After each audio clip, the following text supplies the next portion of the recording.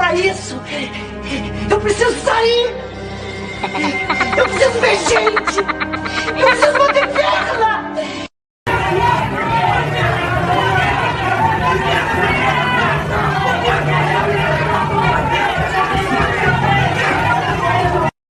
Gente, vamos parar de surtar. Calma, essa quarentena vai passar e a gente vai voltar tudo ao normal.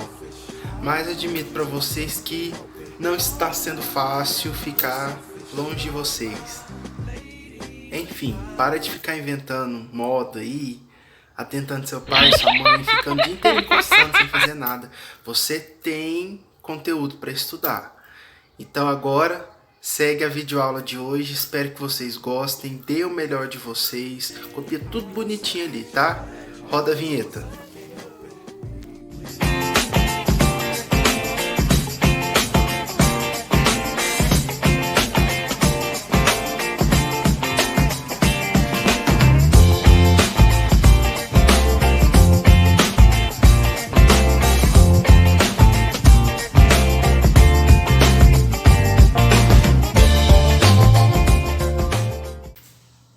Bom dia, boa tarde, boa noite, não sei que horas que você vai estar assistindo esse vídeo, mas eu tô aqui principalmente para os alunos aí do primeiro ano que tá vendo esse conteúdo.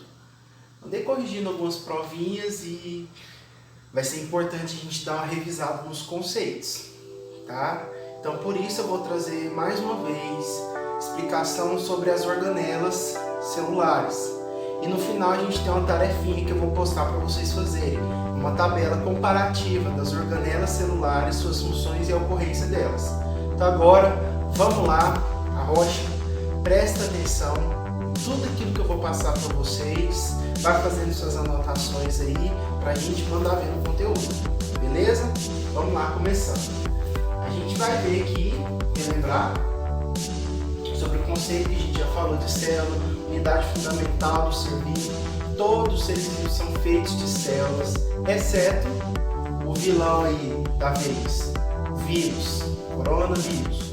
O coronavírus não é um ser vivo, certo? Por isso que a gente não usa antibiótico para quem está com coronavírus, porque bio vem de vida. Então o coronavírus não é tratado com antibiótico porque ele não é ser vivo. Para ser vivo tem que ter célula, ok? E a célula é a unidade morfofisiológica do ser vivo, que é o que a gente está estudando. Já comentamos o que é uma célula procarionte e uma célula eucarionte. Olha só o material genético disperso no citoplasma. Na eucarionte, material genético bonitinho, organizado, porque tem uma... Qual que é o nome disso aqui? Que reveste o núcleo? Carioteca, isso mesmo, a membrana nuclear, carioteca, por isso eucarionte. A estrutura da célula eucarionte, membrana, citoplasma ou citosol também, tá? E o núcleo.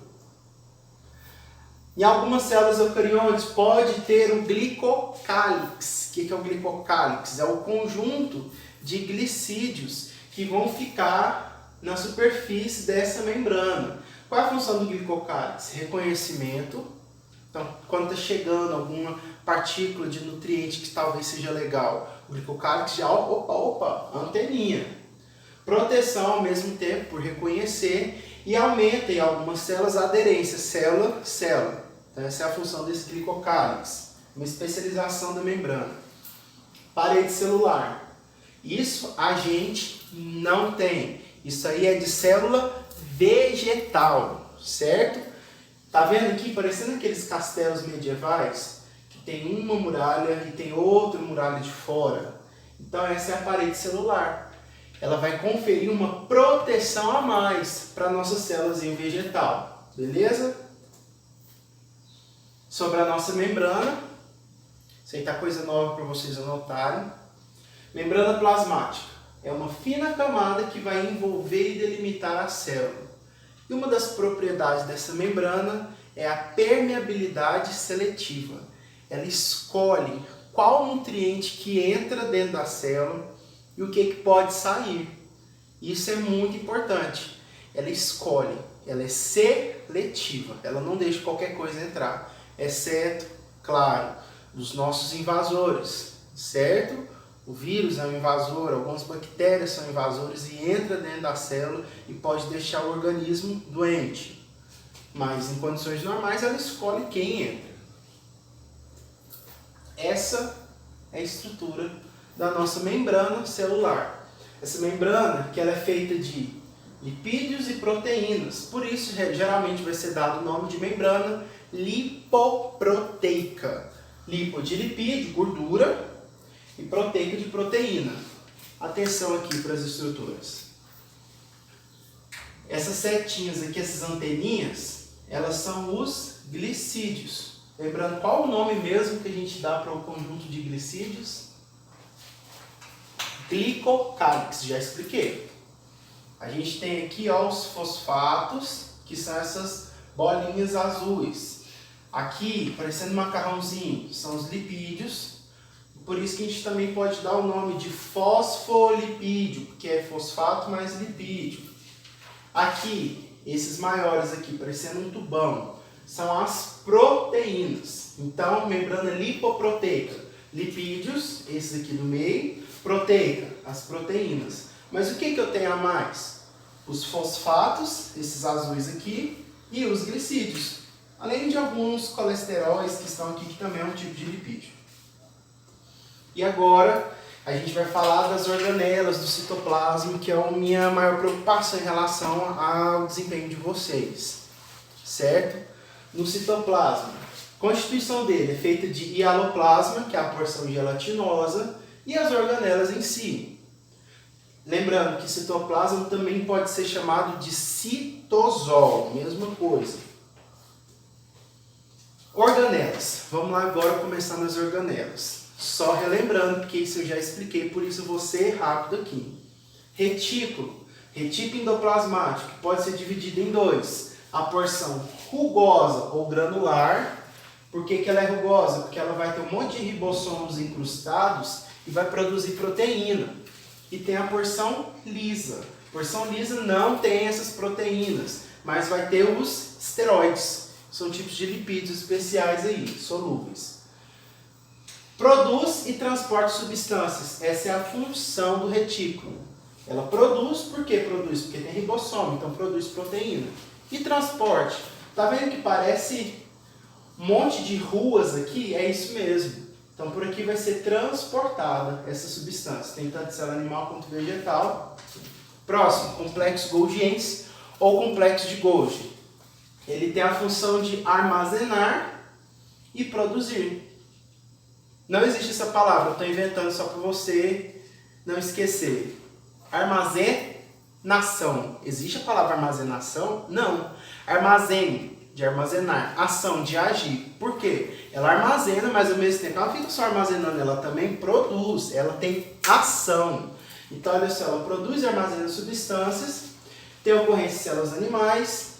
Avançando. Nós temos aqui agora o lisossomo. Lembra que eu falei agora no complexo de Golgi? Tá vendo que essa imagem parece o complexo de Golgi? Sim, é porque é o complexo de Golgi. E o complexo de Golgi produz o lisossomo, que é essa estrutura aqui, ó, essa vesícula, que sai do complexo de Golgi e tem a função de promover a digestão celular daquilo que não é legal para a célula. Então ela faz o processo ou de fagocitose para quando é uma partícula grande, ou pinocitose para quando é pequena. O que é isso aqui, professor? Autofagia. Auto. Eu mesmo. Fagia, comer. Então, autofagia ou autólise é um processo de destruição celular programada, um suicídio celular. Uai, por que isso acontece? Quando tem uma célula que não está legal no corpo. E essa célula pode prejudicar todo o tecido. Então, ela pode entrar em processo de autofagia. E quem vai fazer isso? Lisossomo. Avançando aqui, nós temos também os peroxissomos.